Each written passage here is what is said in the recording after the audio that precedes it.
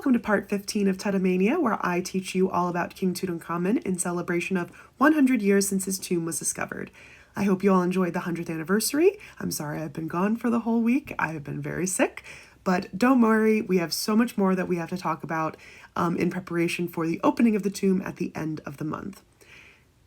For the next part of the series, until we hit November 26, which was the day that they opened the tomb, I want to give you an introduction into the excavation team. So when I start throwing their names out, you'll know who I'm talking about. When Howard Carter actually started the excavation season, I think he honestly was the only non-Egyptian person on the site every single day. He never really mentions anybody in the early diaries until after the actual tomb is discovered. And that's essentially when he just started calling up anybody he knew to get a favor to come and bring this interdisciplinary team to start working on the tomb, which is even crazier because at that moment, he did not even know what he was going to find. He was just going off of that thought that he had found an intact tomb.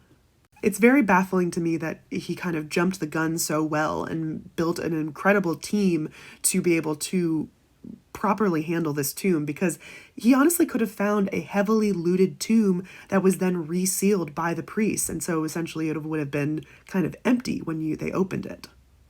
I'm going to do individual videos on most of the people here, but the main characters of the excavation are as follows.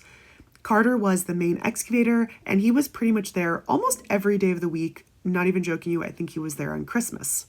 Lord Carnarvon and his daughter, Lady Evelyn, were there quite frequently, and based on some of the photos, the Lord might have helped, but most likely they were kind of just the financiers, and they just kind of observed. The first person that Carter called was Arthur Callender, who essentially was an on-call archaeologist that season, in case there was a single discovery. Then Carter contacted Albert Lithgow from the Metropolitan Museum of Art's excavation team, who were nearby at the time, and he lent him a number of his staff for this discovery. This included the archaeologist Arthur Mace, the chemist and conservator Alfred Lucas, and the photographer Henry/Harry Burton. There were also two Americans named Walter Hauser and Lindsay Foote Hall, who helped draw plans for the tomb.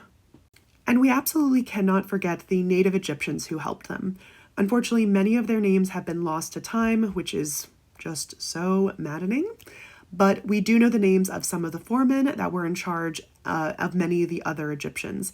And that's what we're going to talk about in the next video.